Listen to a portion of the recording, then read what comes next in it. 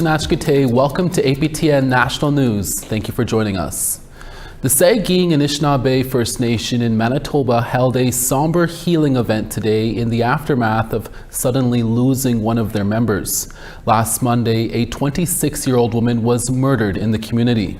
On October 14th at 12:20 a.m., Powerview RCMP received a call about a woman being assaulted on North Shore Road in Sagkeeng. The First Nation is located about an hour and a half north of Winnipeg. They located the woman on the side of the road where she was pronounced deceased. On Wednesday, RCMP charged a 15-year-old boy with second-degree murder. The next day, they charged an additional suspect, 20-year-old Lexi Fontaine, also charged with second-degree murder. Both suspects remain in custody while the investigation continues. A 30-year-old man is dead after a shooting in the Sandy Bay Ojibwe First Nation last Friday night. According to a Manitoba RCMP press release, on October 18th at around 11:25 p.m., the Sandy Bay detachment of the Manitoba First Nation Police Service responded to a report of shots fired at a residence located in the First Nation. When officers arrived, they found a man deceased on the scene. RCMP Major Crime Services and RCMP Forensic Identification Services continued their investigation this week. So far, no one has been arrested, and police are asking anyone with information to call police. RCMP is also investigating a shooting in the Nissuk Cree Nation that left a teenager seriously injured over the weekend. On Saturday, October 19th at around 2:25 a.m., Nelson House RCMP received a report of someone being shot inside a residence on Linklater Road in the First Nation. Officers located a 13-year-old male who suffered injuries from a gunshot and was taken to a Winnipeg hospital with life-threatening injuries. Officers determined that shots were fired at the house and a bullet passed through the walls of the living room and victim's bedroom and hit the 13-year-old while he was in bed. 5 people were in the home at the time, including 3 other youth. The victim underwent treatment and is now stable. So far, no arrests have been made and the investigation continues. Police do not believe there is a larger public safety threat because the home was targeted. What should have been a normal stop to pick up an online order at a Home Depot store in North Winnipeg turned into an incident that has now led the customers choosing to take their business elsewhere. Both believe racism was the reason things turned out the way they did. We spoke to the 2 customers involved and the company. Here's that story. You know, there's other places where we can spend our money. And we've done a lot of business over the years. Long-time customers Calvin Nipanak and Jennifer Chartrand are choosing to shop elsewhere after this incident that happened on Tuesday, October 1st, involving a Toro security guard. You gotta go home there, buddy. What did you tell them? First time? Who's the one started, huh? You got act tough. The couple says they went to this Home Depot on the 800 block of Leela Avenue in Winnipeg to pick up the door they purchased online. When they arrived, they decided to stop and look at the Halloween display and snowblowers. And that is when a security guard approaches Nipanak. Oh my God. And he says, what are you doing here? What do you want? And I said, excuse me? That's exactly what I said, excuse me? And then he said, what are you doing here? What do you want? I said, I'm here to pick up an online order. I said, you know what? You don't even work here. You're just a security guard.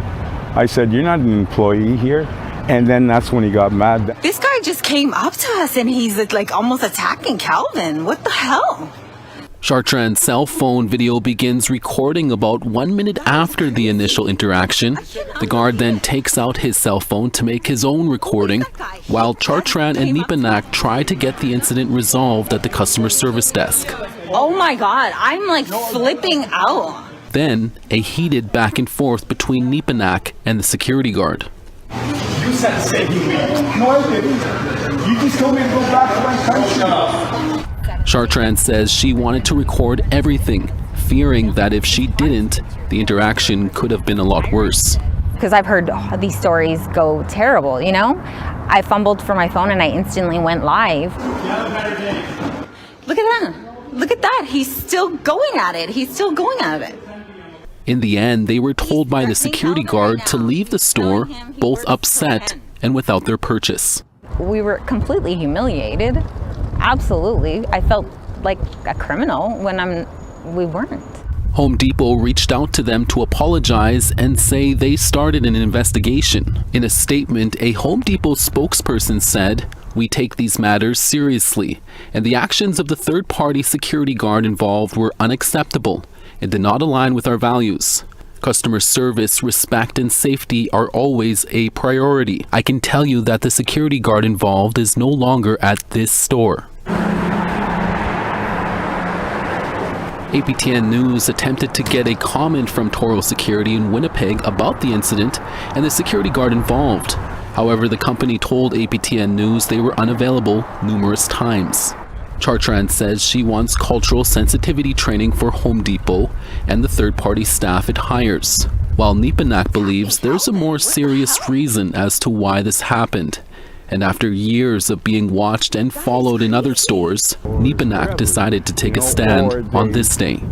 It's, how do you say it, racial profile. That's exactly what it is, you know, and I happen to look very indigenous, you know, but there's nothing I can do about that. Home Depot also said they offered Nipanak and Chartrand their online order for free, along with a free delivery to their home and an added Home Depot gift card for the trouble they went through. The couple said they did not accept the offer. The Manitoba Métis Federation held its annual General Assembly over the weekend, welcoming thousands of Red River Métis virtually and in person in Winnipeg.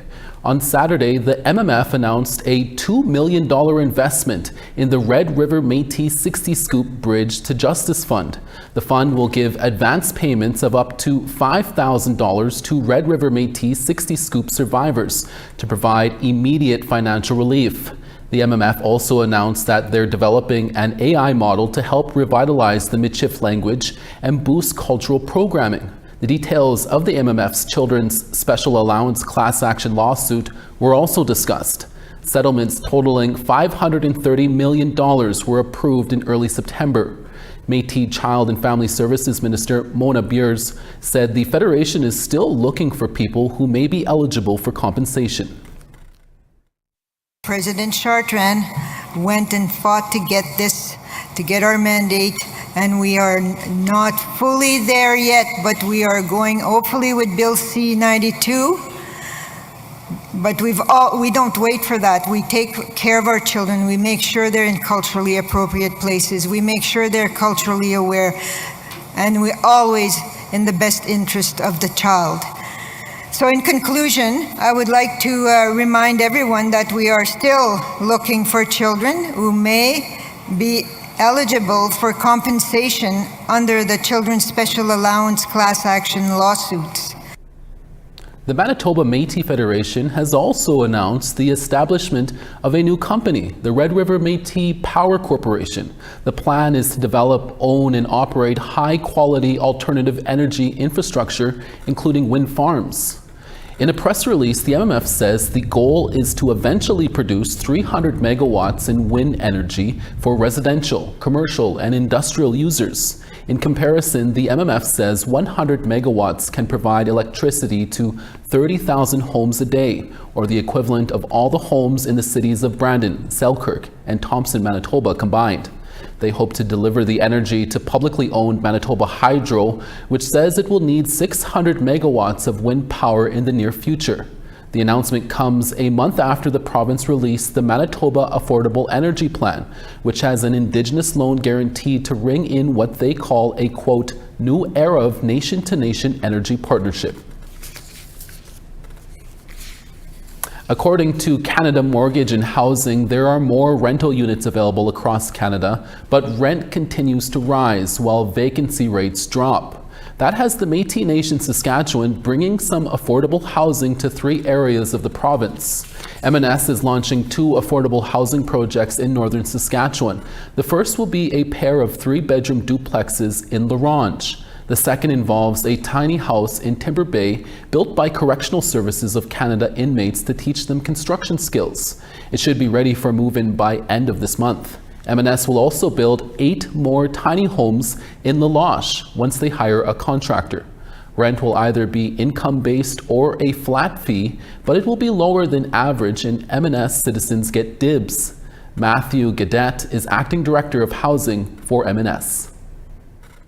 It's not the ones on a trailer kind of that you see on HGTV and stuff. They're basically, imagine a small cabin, 400 square foot bungalow with a little kitchen, 1 bedroom, a little bathroom, maybe a closet the ones we're doing in La Loche are going to have a loft. Coming up, we'll tell you why King Charles got heckled during his royal visit in Australia. Plus, as the population grows, so too does its electoral boundaries. That story when we come back. Stay with us. It's really important that we make sure that there's still rural voices.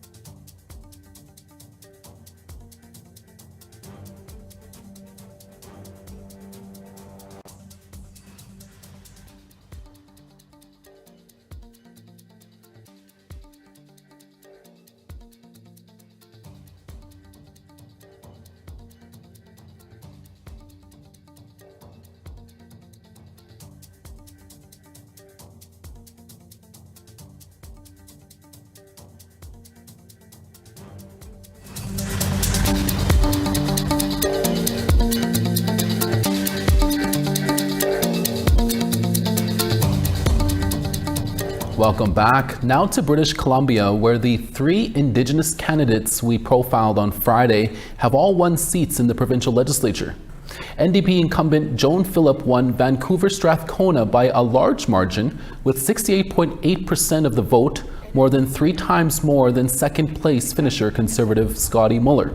First-time Conservative candidate Aaliyah Warbus won in Chilliwack Cultus Lake over her nearest rival Kelly Padden of the NDP.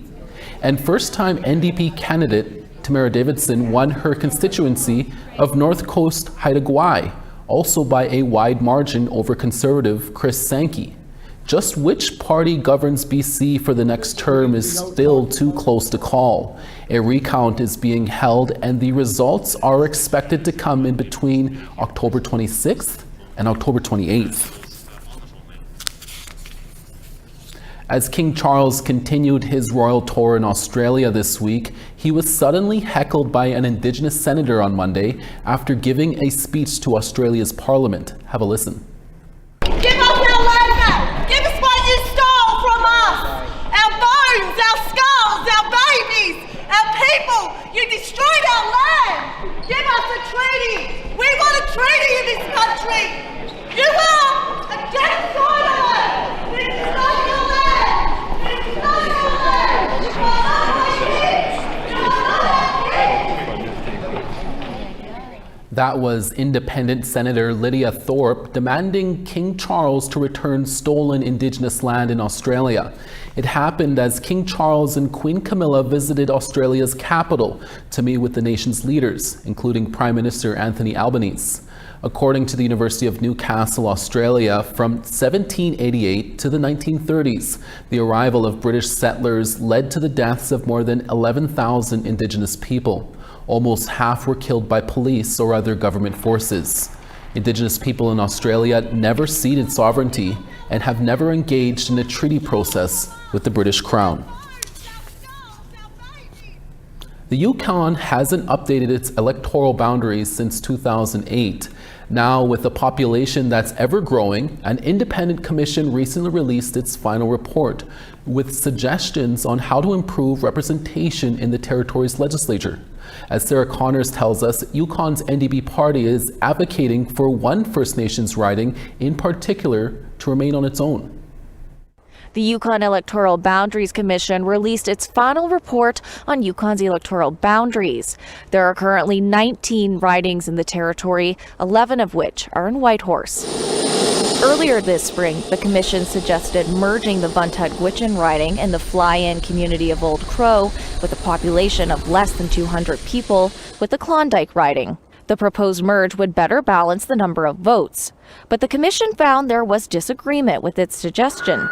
Some argued the Vuntut-Gwitchin riding is unique because of its remoteness and strong First Nations identity. After considering public feedback, the commission changed its recommendation. Its final report notes the Vuntut-Gwitchin riding should remain separate. Rural Yukon is going to lose as Whitehorse grows. And it's really important that we make sure that there's still rural voices. Now, Yukon NDP leader Kate White wants to take the issue one step further. Last week, she put forward a private member's bill to amend the Elections Act. It would guarantee 8 rural MLAs, regardless of population growth in Whitehorse. The amendment would also help preserve the electoral district of Vuntut-Gwitchin as its own separate riding. The bill could be up for a final vote as early as next week. It's really important that Vuntut-Gwitchin, despite its very small population, it still has representation. The Vuntut-Gwitchin First Nation said in a statement, it's glad to see the commission recommended it remain its own riding, and it supports White's bill. Earlier this week, Yukon government tabled the territory's new Electoral Boundaries Act. The act contains recommendations from the commission's final report. The bill still requires legislative approval before it can become law. Sarah Connors, APTN National News, Whitehorse. We're always looking for your feedback or story ideas. Here's how you can continue the conversation with us. If you have a story you want to share, send us an email to news@aptn.ca. To read and watch our stories, go to aptnnews.ca. You can find us online on your favorite social media sites, including TikTok, YouTube, LinkedIn, and X. Follow APTN News to join the conversation and see our latest stories. A Navajo Cold Talker passed away over the weekend. We'll tell you the history there. Plus, we'll tell you how one family is giving back to those in need in Winnipeg. There's not enough help. And I don't know what the situation is, how we can change that situation.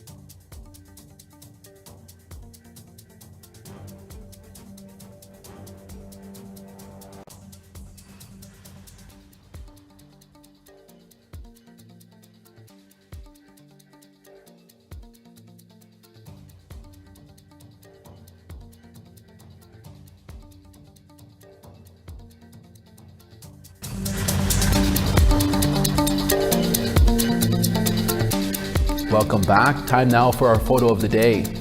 Tesla Smith had to snap this photo and share it with us. It's the Campbell Highway near Little Salmon Lake, Yukon. Stunning area of the country, and thanks for sharing with all of us, Tesla. Send us your pictures to share at aptn.ca for the chance to be our next photo of the day. Now let's take a look at tomorrow's weather forecast. Starting on the east coast, Charlottetown 12, Fredericton 16. The Grand River 13, and Ujuak 3.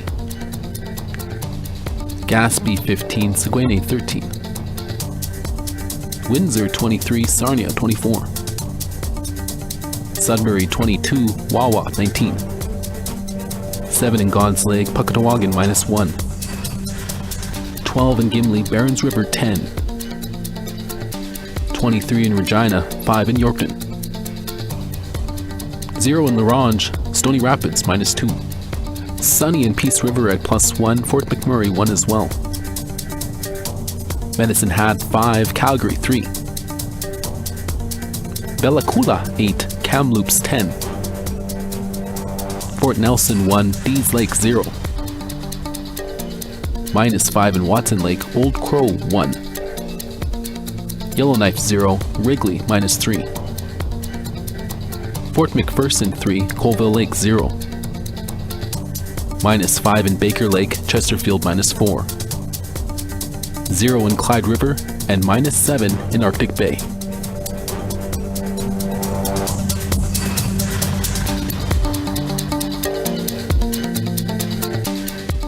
Residents on BC's south coast are cleaning up after an atmospheric river dumped up to 200 millimeters of rain in some areas over the weekend. These videos posted to social media show roads in West Vancouver turned into rivers, and thousands of homes and businesses were flooded in Deep Cove. In Burnaby, some main streets were turned into lakes, with cars seen floating in the water.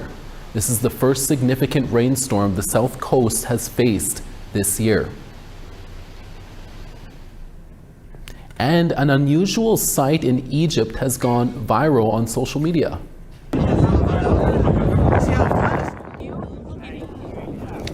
A stray dog was spotted climbing the Great Pyramid of Giza, possibly chasing a bird or perhaps just taking in the view. Thankfully, the pooch made it back down to the ground safely. Back in Winnipeg, 150 backpacks filled with items like mittens and sleeping bags were handed out to people in need. It's part of an annual initiative called Backpacks from Heaven.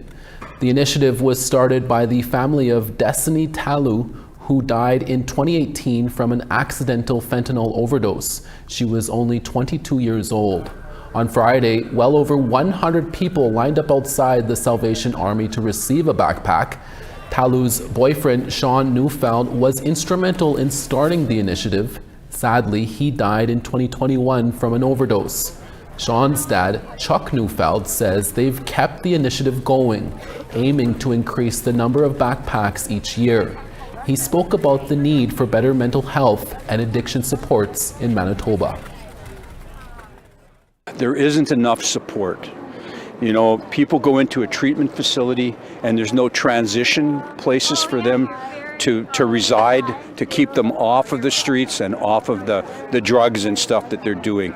Mental health, it's a fast turnaround at some of these clinics. They walk in and they told them there's no room, go out in the street. So there's not enough help. And I don't know what the situation is, how we can change that situation.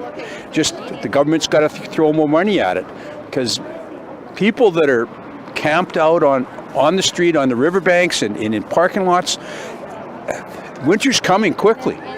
And there's a lot more people that are out in the streets than there has been in the past. And finally for us tonight, one of the last remaining Navajo Cold Talkers who sent messages during World War II in his Navajo language has died.